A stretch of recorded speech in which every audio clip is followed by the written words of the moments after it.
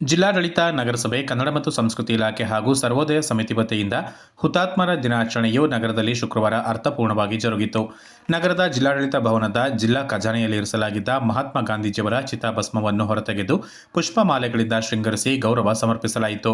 ಜಿಲ್ಲಾಡಳಿತ ಹಾಗೂ ಸರ್ವೋದಯ ಸಮಿತಿ ಸದಸ್ಯರ ನೇತೃತ್ವದಲ್ಲಿ ಪೊಲೀಸ್ ವಾದ್ಯದೊಂದಿಗೆ ನಗರದ ಮಂಗೇರಿಯ ಮುತ್ತಣ್ಣ ಹಾಗೂ ಜನರಲ್ ಕೆಎಸ್ ತಿಮ್ಮಯ್ಯ ವೃತ್ತದ ಮುಖ್ಯ ರಸ್ತೆ ಮೂಲಕ ಗಾಂಧೀಜಿಯವರ ಚಿತಾಭಸ್ಮವನ್ನು ಕೊಂಡೊಯ್ದು ಗಾಂಧಿ ಮಂಟಪ ಬಳಿ ಇರಿಸಿ ಪೊಲೀಸ್ ಗೌರವದೊಂದಿಗೆ ನಮನ ಸಲ್ಲಿಸಲಾಯಿತು. ಬಳಿಕ ಮಹಾತ್ಮ ಗಾಂಧಿ ಅವರ ಭಾವಚಿತ್ರಕ್ಕೆ ಪುಷ್ಪಾರ್ಚನೆಯನ್ನು ಗಣ್ಯರು ನೆರವೇರಿಸಿದರು.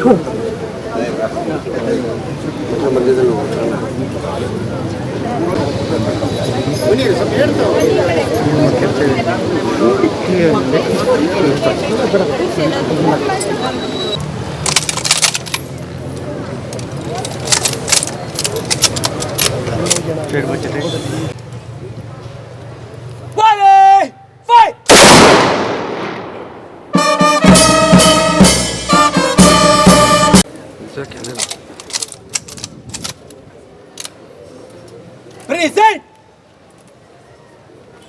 Volley! Fight!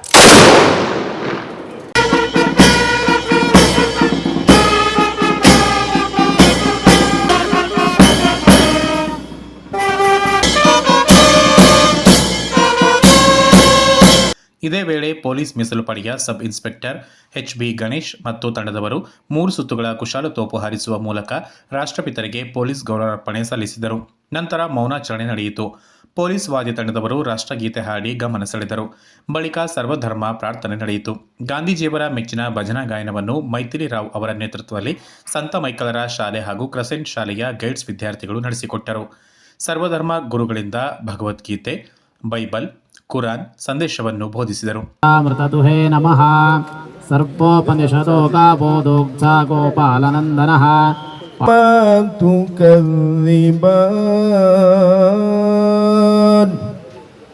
ಬೆಳಕನ್ನು ಕೊಡುತ್ತದೆ. ಅದೇ ರೀತಿ ನಿಮ್ಮ ಜ್ಯೋತಿ ಜನರ ಮುಂದೆ ಬೆಳಗಲಿ.